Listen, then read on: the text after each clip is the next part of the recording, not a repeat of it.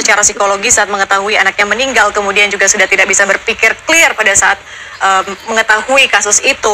Apakah ini bisa memberikan indikasi bahwa karena itulah terjadi rekayasa-rekayasa ini?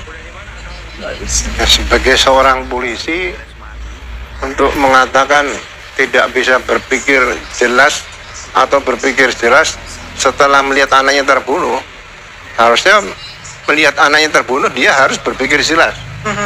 Mungkin hatinya gundah. Baik.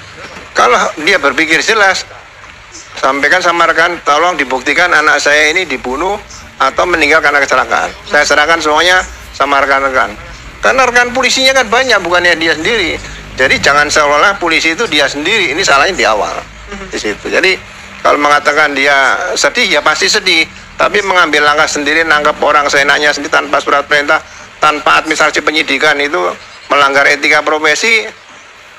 Ini yang mengendalikan dirinya siapa kalau bukan dirinya sendiri seperti itu, kan? Oke, saya balik lagi. Bukankah ia sudah mendapatkan persetujuan dari atasan? Persetujuan harus tertulis, surat administrasi penyidikan itu harus resmi. Jadi bukan pakai direkam pakai HP, Pak, saya jadi penyidik, direkam, iya, bukan, tertulis itu harus ada, resmi. Baik, saya tekankan itu adalah pengakuan dari Pak Rudiana saat melakukan interview atau wawancara dengan salah satu media, yakni Tempo. Baik, saya ingin lebih maju sedikit karena waktu kita sangat terbatas. Pak Ugro sendiri melihat, tadi sebenarnya sudah saya tanyakan di segmen sebelumnya, tapi saya ingin lebih lanjut lagi menanyakan soal hal ini. Sebelumnya di Propam juga sudah memeriksa Ibtu Rudiana, kemudian memberikan pernyataan bahwa tidak ada pelanggaran dari sisi penyidikan pada tahun 2016 itu, kemudian memberikan pernyataan bahwa tidak ada pelanggaran juga di situ. Apakah ini terlalu terburu-buru untuk menyatakan itu? Ya, menurut saya sangat aneh kalau Propam memeriksa Ibtu Rudiana menyatakan tidak ada pelanggaran etika profesi, ya kan? Sejak pertama dia melakukan langkah-langkah penyidikan tanpa administrasi penyidikan, tanpa ada laporan polisi.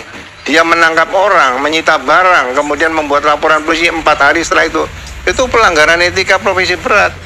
Menangkap orang kan tidak bisa saya naik sendiri, kan ditunjukkan surat perintah. Saya dari kepolisian Cirebon menduga putra Anda terlibat masalah pembunuhan. Akan saya minta datang ke Polres, ini surat perintahnya ada. Kalau kita tidak didukung dengan surat-surat itu, nanti penjahat bisa menangkap orang tanpa surat-surat, ini yang bahaya gitu loh.